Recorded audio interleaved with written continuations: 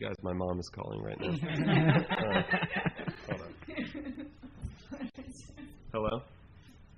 Hey, Mom, can I call you back in like 10 minutes? I'm doing an interview. Say hi. I love you. I'll call you in a bit. All right, bye. Anyways.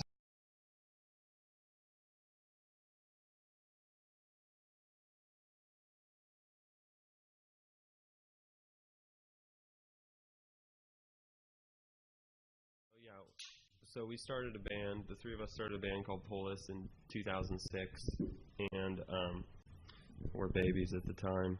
And yeah, we were opening for Built to Spills at the Troubadour in LA. And during the second song, or first song, I dislocated my knee. It basically, my kneecap popped off and slid around the back of my leg. And yeah, my guitar fell. It was just feedback, you know. And Anthony and Randy are looking at me like, "What are you doing?" They thought I was just getting weird. But yeah, so what happened? We sold out of CDs that night. Yeah. And I was laying on a stretcher for 40 minutes. Basically, the way Ryan fell was he fell facing towards me, and then his dad ran up, Randy ran up, and sold out Troubadour. So I rushed outside the Troubadour, called 911, and it took about 40 minutes for a stretcher to come out, and basically we were out of commission for 6 months to a year. Mm-hmm. So that band was called Polis. So that was put on hold. And then Randy, Ryan, and I, we took a bunch of touring gigs just to make some money with various bands. And then we got sick of that. So in about 2011, 2012, we just, started a band again. And that basically eventually became Parade of Lights. And then, we were just a three-piece looking for another member. And Ryan actually knew Michelle. And why don't you take it from here? I didn't know her, which is the creepy part. She was playing a show at this place called Lab, where they have bands play. It's like a cool spot. They have like, all kinds of restaurants and stores and stuff, and it's cool. And I was there one day, and I saw her band playing, and I saw her, and I was like, oh, she can play. She looks rad. And I was like, all right, I got to find out who this is. So I asked someone what the band was called, and then went on Facebook. I'm a singer, and I don't know how to use a microphone. I went on Facebook, and I found her on Facebook, and I sent her a message, and she's like, well, I'm committed to the band I'm in right now, which made us want her to play for us even more, because obviously she's serious about it. And after some persuasion by a friend, a mutual friend, Adam Castilla, who plays in a band called The Colorists, he talked to her, right? He went to one of your shows? Yeah, he went to one of my shows and said, I think you would fit in this band really well. Yeah. Yeah, and he's just like, you have to be in this band. I was like, what? He's like, yeah. What? So, thank you, Adam. Shout out to The Colorists. Shout out.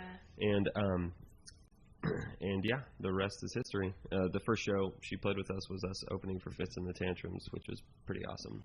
So, This is great. And then the second show was us opening for No One for 9 people. Are you sure you want to do this? Being in a band. Yep. The music was awesome, and I was really excited to join. So ever since, basically 2014, we've been 2013. 2013, yeah. In Parade of Lights. I want out. Dude, not yet. He keeps trying to jump out. Yeah. Wait. Where the Kids is such a such a teenage anthem. So I thought, during the first of all, what was the process like writing that song and touch? What other teenage anthems did you guys resonate with growing up? Oh, that's a good question. I don't think we've ever been asked that question before, the Resonate one. We're the Kids, that was just like a weird little demo, and we were just talking actually recently about how it was almost, once we finished it, we're like, is this silly? Like, if we're not 17, it's like we're in our mid to late 20s at that point, it's like, is this weird? But it just felt right, and it came from a genuine place, and I think that's why we just went ahead and finished it. The process for that, I don't know, that little keyboard line was what started it, that thing. And it was just like funny and like quirky, and I don't know. It just felt cool, and so we finished it up, and then our manager sent it to Jeff Regan at Alt Nation, and he liked it. So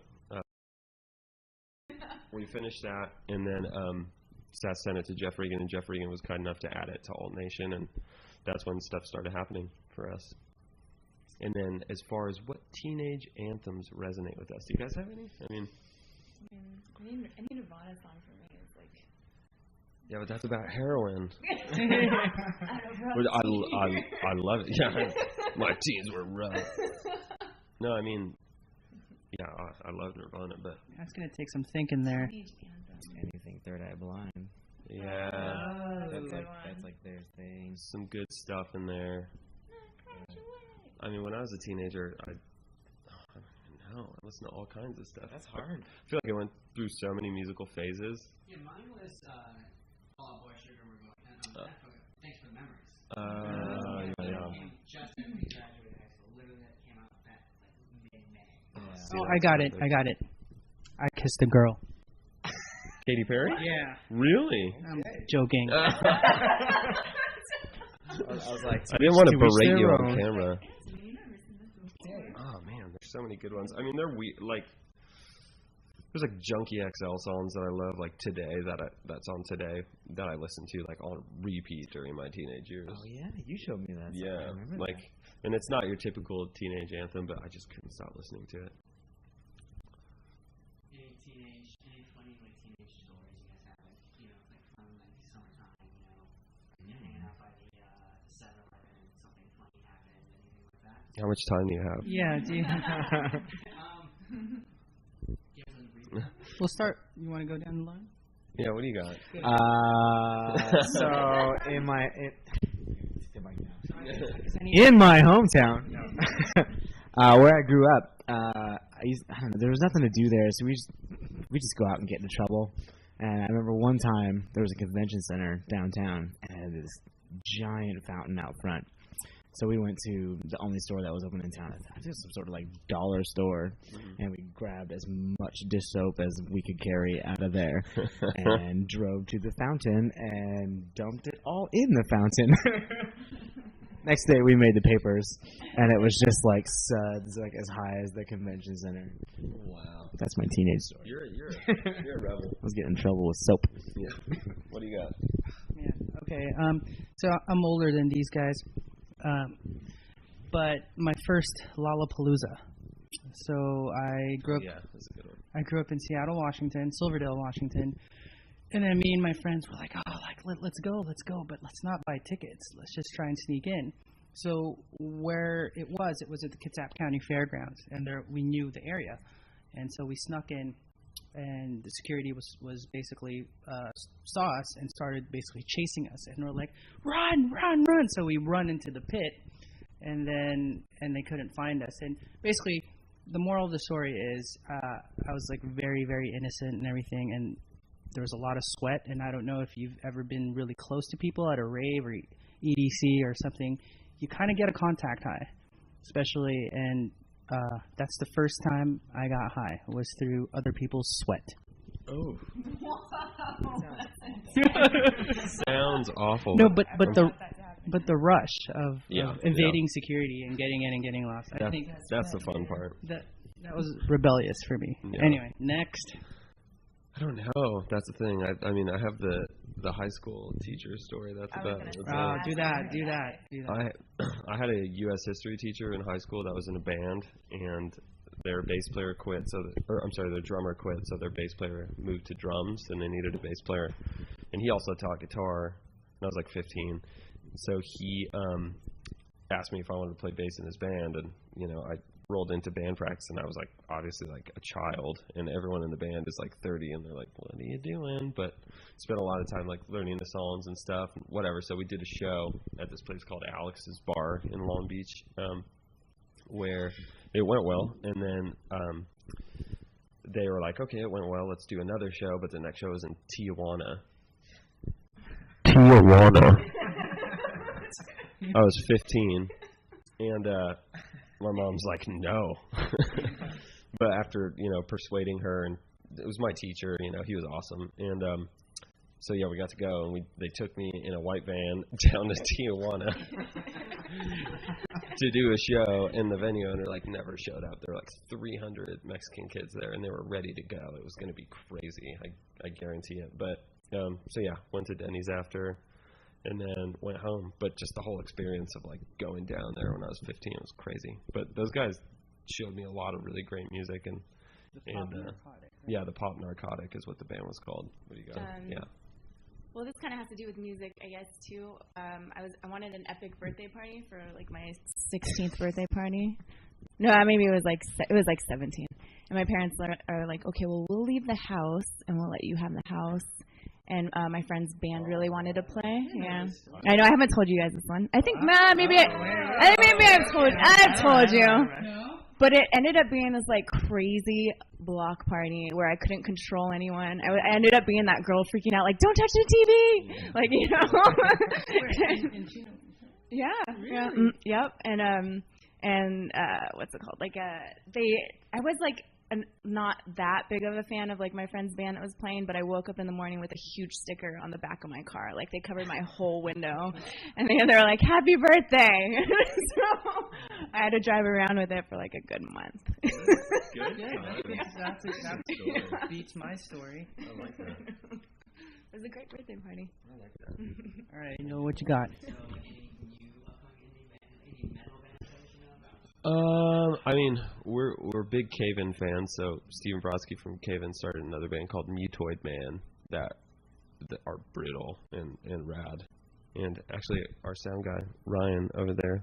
Come here, Ryan. Say hi. Just say hi real quick. Come on. Just pop Come in on. real quick. Just pop your face Come on. in the camera. Come on. Say. He's in a band called Wrong, and they are nasty. Yeah, they're dirty. He's a dirty girl. But yeah, Mutoid Man are awesome. What else we got?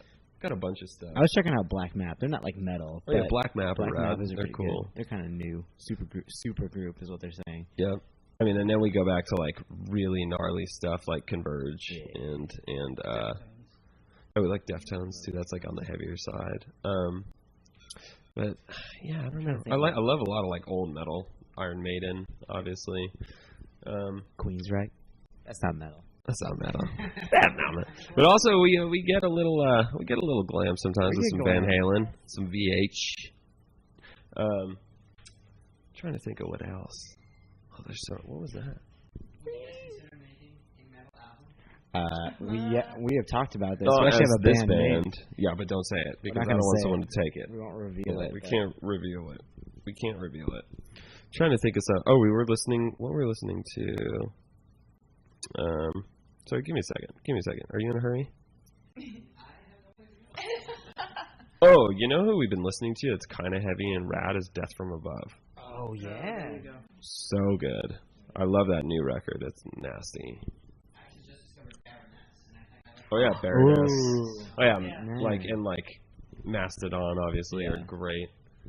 God, there's so many good bands. I mean, What's that Baroness song? Shock Me. That's the one. Shock Yeah, Me. that song Yeah. is rad. You showed me that. Yeah. Oh I did. Oh yeah, Gojira. yeah, Gojira. Yeah, those guys are brutal. Yeah. Come out to a Parade of Lights show. Yeah.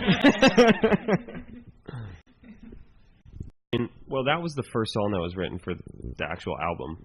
And, I mean, as far as what it's about, it's just people connecting and, like, how it can be unexpected. And it can happen in places where, you know, you never thought it was going to happen and how it can become a great story.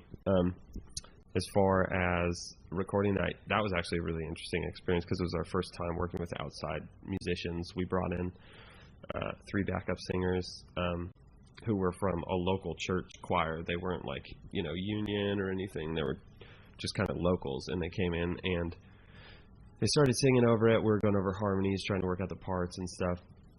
And they're singing, and our buddy Graham was helping us engineer and just trying to like coach them through it. And it's like, oh, it's quiet. Like, why is it quiet? It doesn't feel right, you know? And I'd be like, hey, you guys could go a little louder. You can go a little louder. And they're just going up in these like small increments. And I'm like it needs to sound like a gospel choir. And they go, oh, you want church volume? We're like, take me to church. Let's go.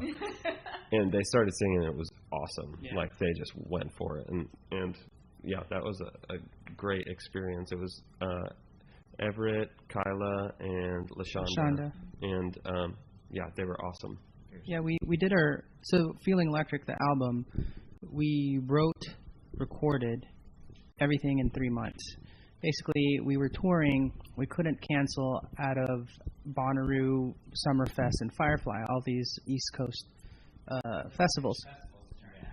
Yeah. So what we did was the label, Astroworks, who we love in Capitol, wanted us to do a record. So you know what? Our business manager lived in Nashville, so let's hole up there. And it was the best experience. We rented a house with this guy, Graham Wax, and we stayed in Murfreesboro. And yeah, we just, did everything really quick, really fast. And now, we just got done with Album Dos, and we've had some time to kind of reflect and kind of, and collaborate too with a producer, which on the first album we did all ourselves. So once, we're slowly releasing music like Victorious, and then we might release another single in a few weeks, you'll see the kind of the progression from Feeling Electric and to our new album. It's definitely a lot more, upbeat, faster. There's some faster songs, and it's more band-esque, which kind of goes back to our roots. Totally. Table for Glasses, Jimmy Eat World. Dropping a Jimmy Eat World tune. Is that a Limp Bizkit song? Yeah, Nookie by Limp Bizkit. I'm just kidding. I can't pick a song. Can I do an album?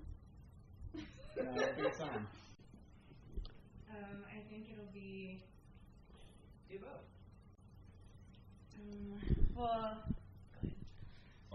Whoa.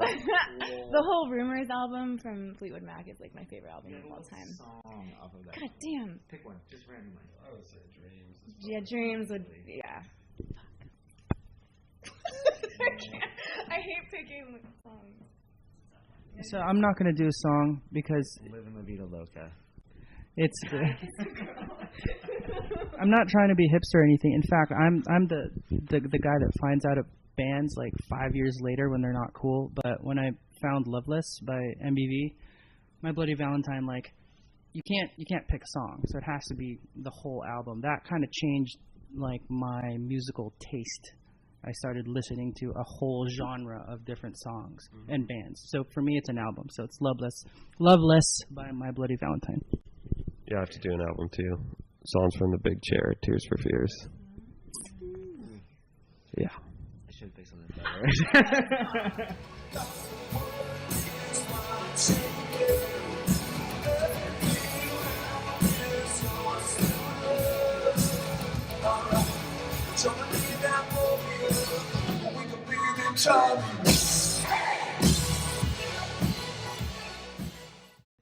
We are Parade of Lights, and you're watching New Music Monday.